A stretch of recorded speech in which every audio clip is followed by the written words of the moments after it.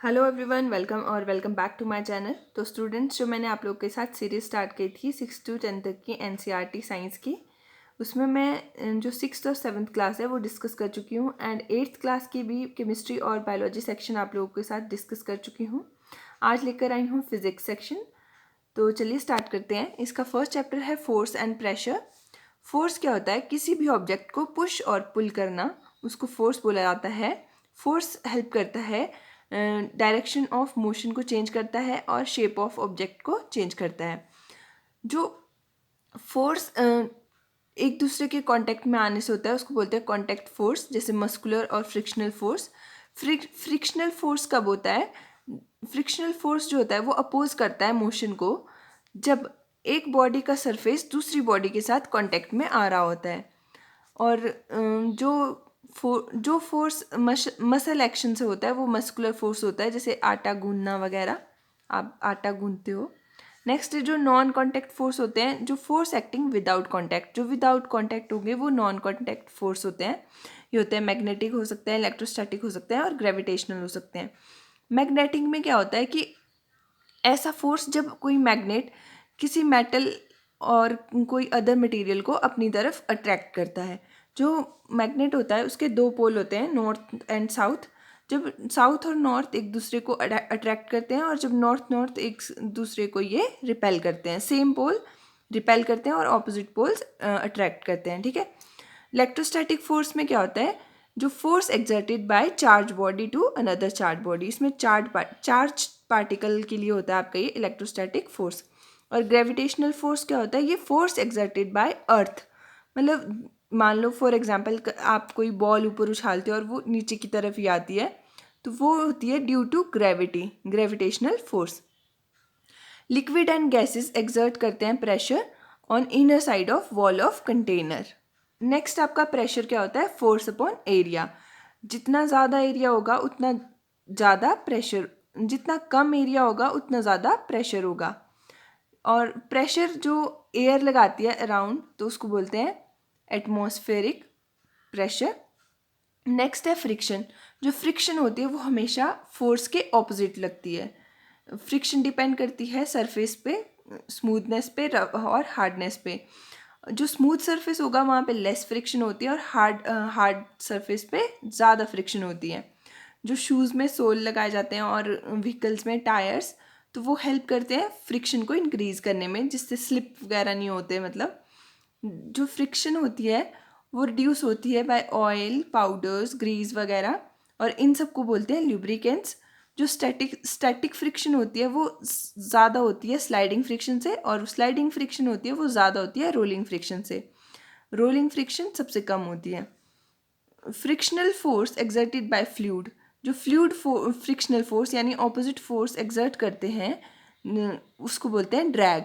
Fluid जैसे gas और liquid. Next chapter है साउंड। साउंड प्रोड्यूस किया जाता है वॉइस बॉक्स से, जिसको लैरिंग्स बोलते हैं। साउंड के लिए मीडियम की ज़रूरत होती है, एयर, वाटर और सॉलिड जैसे। साउंड जो होती है वो वैक्यूम में ट्रैवल नहीं करती है। सॉलिड में सबसे ज़्यादा साउंड होती है, देन लिक्विड, देन गैस। जो बैक एंड फोर्थ मोशन होता है किसी ऑब्जेक्ट का उसको ऑसिलेटरी मोशन बोलते हैं। और नंबर ऑफ ऑसिलेशन पर सेकेंड उनको बोलते हैं फ्रीक्वेंसी।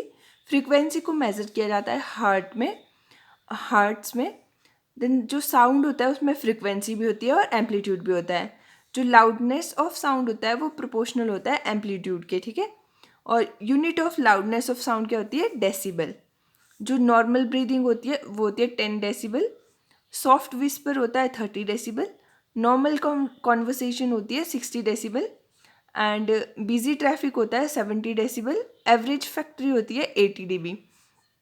अगर 80 dB से ज़्यादा साउंड हो जाता है तो वो फिजिकली पेनफुल हो जाता है, मतलब वो पेन करता है।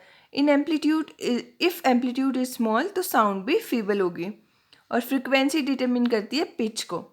अगर हाई फ्रिक्वेंसी होगी तो हाई पिच होगी और लो फ्रिक्वेंसी होगी तो लो पिच होगी। जैसे चाइल्ड, विसल और बर्ड्स वगैरह, इनकी हाई पिच होती है यानी कि हाई फ्रिक्वेंसी होती है। और जो लॉइन होता है उसकी लो पिच होती है और लो फ्रिक्वेंसी होती है। ऑडिबल साउंड क्या होती है ह्यूमंस के लिए? वो होती है 20 to 20,000 हर्ट्स। और higher than 20,000 hertz sound heard by dogs and used in ultrasound, or lower than 20,000 hertz, weather, earthquake, whales, elephants and giraffes. Next chapter है chemical effects of electric current. Conductors क्या होते हैं? जो electricity conduct करते हैं, जैसे metals. And insulators क्या होते हैं? जो इलेक्ट्रिसिटी कंडक्ट नहीं करते, जैसे प्लास्टिक एंड रबर.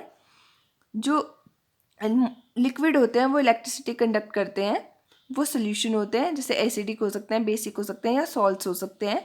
वाटर जो होता है वो गुड कंडक्टर ऑफ इलेक्ट्रिसिटी होता है, बट जो डिस्टिल्ड वाटर होता है वो पुअर कंडक्टर होता है, क्योंकि जो वाटर होता है उसमें आयंस होते हैं और डिस्टिल्ड वाटर से आयंस को रिमूव कर दिया जाता है. और chemical effect of electric current is discovered by, तो ये डिस्कवर किया था ब्रिटिश केमिस्ट थे विलियम निकोलसन ने 1753 to 1815. And process of deposition of a layer of any metal on any another material by means of electricity, तो इसको बोलते हैं इलेक्ट्रोप्लेटिंग. इलेक्ट्रिक करंट क्या प्रोड्यूस करता है? मैग्नेटिक इफेक्ट करता है, केमिकल इफेक्ट प्रोड्यूस करता है एंड हीटिंग इफेक्ट प्रोड्यूस करता है. जो मेटल्स होते हैं वो गुड कंडक्टर्स होते हैं, नॉन मेटल जो होते हैं पुअर कंडक्टर होते हैं. इलेक्ट्रोलाइट्स क्या होते हैं? लिक्विड जो इलेक्ट्रिसिटी कंडक्ट करते हैं, करंट कंडक्ट करते हैं, और जब इनको डिसॉल्व किया जाता है लिक्विड और वाटर में. नेक्स्ट क्वेश्चन है लाइट रे that strikes on any surface, उसको बोलते हैं इंसिडेंट रे. और रिफ्लेक्टेड रे होती है लाइट रे that come back after striking the surface, जो बैक आ जाती है. लॉ ऑफ रिफ्लेक्शन होता है जिसमें एंगल ऑफ इंसिडेंट हमेशा इक्वल होता है एंगल ऑफ रिफ्लेक्शन के. लेटरल इन्वर्जन क्या होता है? जब मिरर इमेज फॉर्म होती है, यानी लेफ्ट हैंड हमें राइट दिखाई देता है, राइट लेफ्ट दिखाई देता है, तो वो लेटरल इन्वर्जन के कारण ही होता है. ल्यूमिनस ऑब्जेक्ट्स क्या होते हैं? जैसे सन, स्टार, फ्लेम, कैंडल लैम्प, जिनकी अपनी खुद की लाइट होती है. और ऐसा इंस्ट्रूमेंट जिसको आउटसाइड की थिंग्स चीज़ें देखने के लिए यूज़ किया जाता है उसको पेरिस्कोप बोलते हैं. एंड कैलिडोस्कोप होता है जिसमें कि मल्टीपल रिफ्लेक्शन होती है, क्योंकि इसमें मल्टीपल प्लेन मिरर्स होते हैं और ये एक ब्यूटीफुल पैटर्न को फॉर्म करता है. जो वाइट जो ट्रांसपेरेंट पार्ट होता है आई का, उसको कॉर्निया बोलते हैं, और कॉर्निया को ही डोनेट किया जाता है जब हम डोनेट करते हैं. एंड साइज ऑफ जो प्यूपल होता है वो कंट्रोल किया जाता है आइरिस से. जो आइज़ के डिफरेंट कलर होते हैं वो ड्यू टू आइरिस होते हैं. आइरिस करता है कंट्रोल अमाउंट ऑफ लाइट को जो आई में एंटर करती है. इमेज कहाँ फॉर्म होती है? वो रेटिना ऑफ आई में फॉर्म होती है. आई में रॉड सेल होते हैं और कोन सेल्स होते हैं. जो कोन सेल्स होते हैं वो सेंसिटिव होते हैं ब्राइट लाइट के लिए, और रॉड सेल होते हैं जो वो डिम लाइट के लिए. ब्लाइंड स्पॉट क्या होता है? एक जंक्शन होता है जहाँ पे ऑप्टिक नर्व और रेटिना का जंक्शन होता है. ये ऑप्टिक नर्व होती है, वहाँ पे कोई ना ही रॉड सेल्स होते हैं ना ही कोन सेल्स होते हैं. आई की परसिस्टेंट पावर क्या होती है? 1/16 ऑफ अ सेकेंड. और डोनेटिंग पार्ट जैसे मैंने आपको बताया था वो कॉर्निया होता है. मोस्ट कंफर्टेबल डिस्टेंस कौन सा होता है जिसमें हम नॉर्मली देख सकते हैं अपनी आई से? तो वो होता है 25 सेंटीमीटर. कैटरेक्ट क्या होता है? जब ओल्ड एज हो जाती है ना, तो जब धुंधला दिखाई देने लगता है, जिसको आप मोतियाबिंद भी बोलते हो, वही होता है कैटरेक्ट. नेक्स्ट है डे बर्ड्स. जो डे बर्ड्स होते हैं उनमें कोन ज़्यादा होते हैं और रॉड्स कम होते हैं, जैसे ह्यूमंस. और नाइट बर्ड्स जो होते हैं उनमें लार्जर कॉर्निया होता है, लार्जर प्यूपल होता है, लार्जर रॉड्स होते हैं और कोन्स कम होते हैं, जैसे जो उल्लू होता है आउल में जो होते हैं वो रॉड सेल ज़्यादा होते हैं, इसीलिए वो रात को देख पाता है.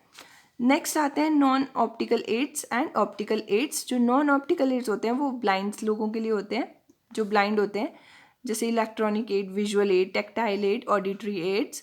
और ऑप्टिकल एड्स होते हैं वो जिसमें कि bifocal lenses, contact lenses, magnifiers और टेलीस्कोप वगैरह में यूज़ किए जाते हैं. जैसे स्पेक्टेकल्स वगैरह लगे होते हैं, लोगों को लेंसेज वगैरह लगाते हैं, वो होते हैं आपके ऑप्टिकल एड्स. टेक्टाइल एड में क्या होता है कि टच करके चीज़ों को मतलब यूज़ करता है, यूज़ ऑफ टच करके पहचाना जाता है. जैसे ब्रेल सिस्टम आया था आपका, जो ब्लाइंड लोगों के लिए होता है, जिसमें उभरे हुए आपके वर्ड्स होते हैं जिनको जो ब्लाइंड पीपल होते हैं वो टच करके पढ़ सकते हैं. तो फिज़िक्स सेक्शन में इतना ही था. अगर आपको वीडियोस अच्छे लग रहे हों तो प्लीज़ लाइक एंड शेयर करें, एंड मेरे चैनल को सब्सक्राइब करना ना भूलें. Thank you.